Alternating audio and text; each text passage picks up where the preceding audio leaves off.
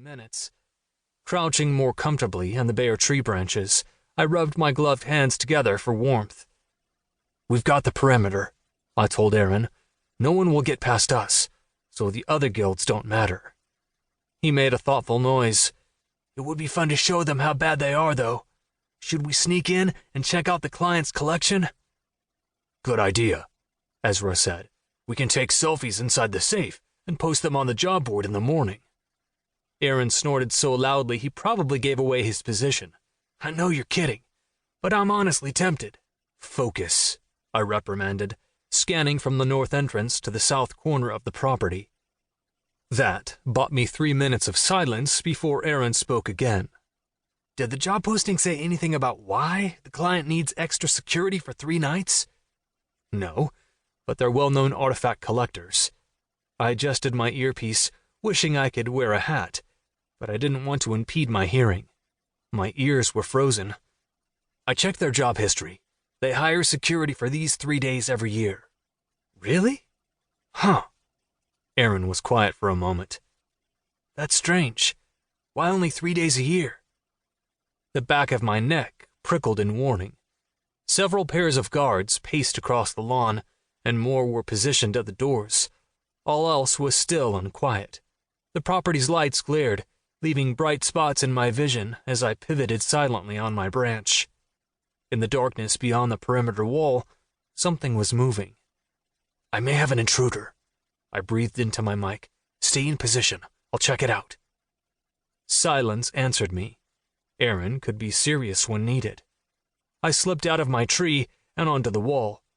Giving a quick hand signal to the nearest guards, they knew me and my teammates were here, though they hadn't seen us until now. I zipped along the top of the wall. As I drew near, the movement manifested into a slim figure. The trespasser was examining the wall as though debating how to get over it. Before he could look up and spot my silhouette, I hopped off the wall onto the interior side and caught the edge with both hands. Feet braced on the concrete, I scooted sideways until I was opposite the intruder. I waited, listening. Faint scuffing, a grunt of effort, a quiet scrape, then a thud as though the person had jumped to grab the wall's top edge, missed, and fallen back. I set my feet, took a long breath, then catapulted over the wall. The darkness on the other side engulfed me, but I landed true, right on the trespasser's shoulders. He slammed into the ground under me with a loud, high-pitched yelp. I locked him in a hold, bending his arms behind his back and pressing my knee into his lower spine. It was so dark behind the wall, I could only make out dark, fitted clothing and a black ski hat on his head. I opened my mouth to speak, and the surrounding air turned to cold mist. The moisture condensed, then coalesced into a sphere of water around my head. Instantly, I knew what I was up against, a hydromage, and he was about to drown me in a few inches of water. The liquid bubble clung to my head, and I clamped my mouth shut to keep from breathing it in.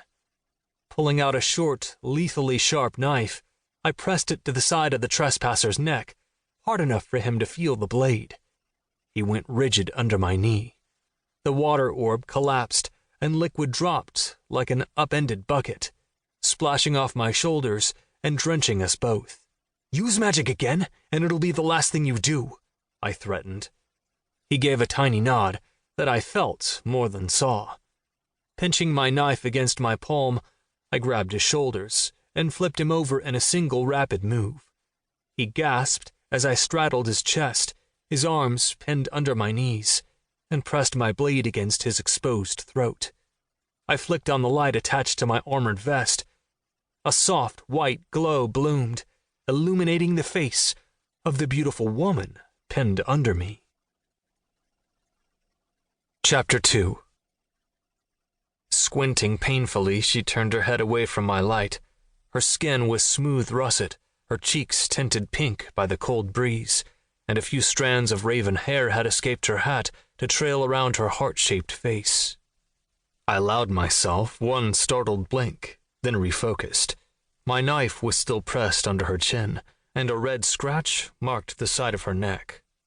"I'm detaining you for attempted robbery," I informed her, my tone cool and professional.